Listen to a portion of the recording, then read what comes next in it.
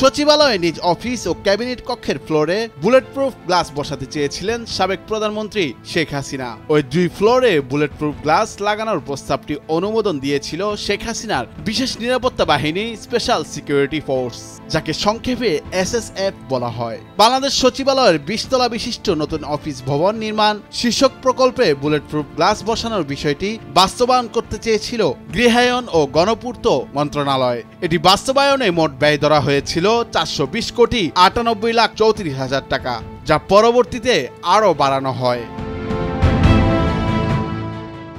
শেখ হাসিনার আমলে নিজের স্বার্থে অনেক প্রকল্পই বাস্তবায়ন করতে চেয়েছিলেন তিনি। বঙ্গবন্ধু পরিবারের নামে বিশেষ সুবিধা আইন বাতিল করা হয়েছে কিছুদিন আগে। বাতিল করা হয়েছে শেখ হাসিনা সহ তার ছেলে ও নাতির জন্য পূর্বাচলে আলাদা প্লট বরাদ্দ। গৃহায়ন ও গণপূর্ত মন্ত্রণালয়ের কর্মকর্তারা জানান, বাংলাদেশ সচিবালয়ে প্রধানমন্ত্রীকে অফিস করতে হতো বিদায় ভবনের 3য় ও 4র্থ তলায় বুলেট প্রুফ গ্লাস লাগাতে বলা হয়েছিল। সেই বিবেচনায় বুলেট প্রুফ গ্লাস লাগাতে প্রস্তাব করেছিল মন্ত্রণালয়। প্রস্তাবটি বাস্তবায়ন করতে সাবেক প্রধানমন্ত্রী শেখ হাসিনার বিশেষ নিরাপত্তা বাহিনী স্পেশাল সিকিউরিটি ফোর্সের কাছ থেকে চূড়ান্ত অনুমোদন নিতে হয়। তারা সেটি অনুমোদনও করে। প্রকল্প পরিচালক AKM কামরুজ্জামান বলেন, নির্মাণাধীন ভবনের 3য় তলায় বুলেট প্রুফ গ্লাসের স্পেসিফিকেশন SSF চূড়ান্ত করে। বুলেট প্রুফ গ্লাস W4 প্যাকেজে উন্মুক্ত পদ্ধতিতে দরপত্র আহ্বান করতে বলা হয়, যা লেটার ক্রেডিটের মাধ্যমে বিদেশ থেকে আনার কথা।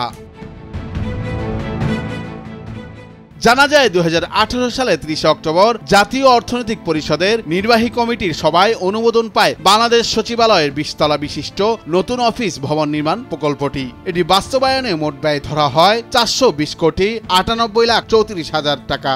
2020 সালের ডিসেম্বরে প্রকল্পটি শেষ হওয়ার কথা ছিল, তবে নির্ধারিত সময় প্রকল্পটি শেষ না হয় এর মেয়াদ ও অর্থ বাড়ানোর প্রস্তাব পরিকল্পনা কমিশনে পাঠানো হয়। ফলে প্রকল্পটির মোট ব্যয় দাঁড়ায় 461,31,50,000 টাকা।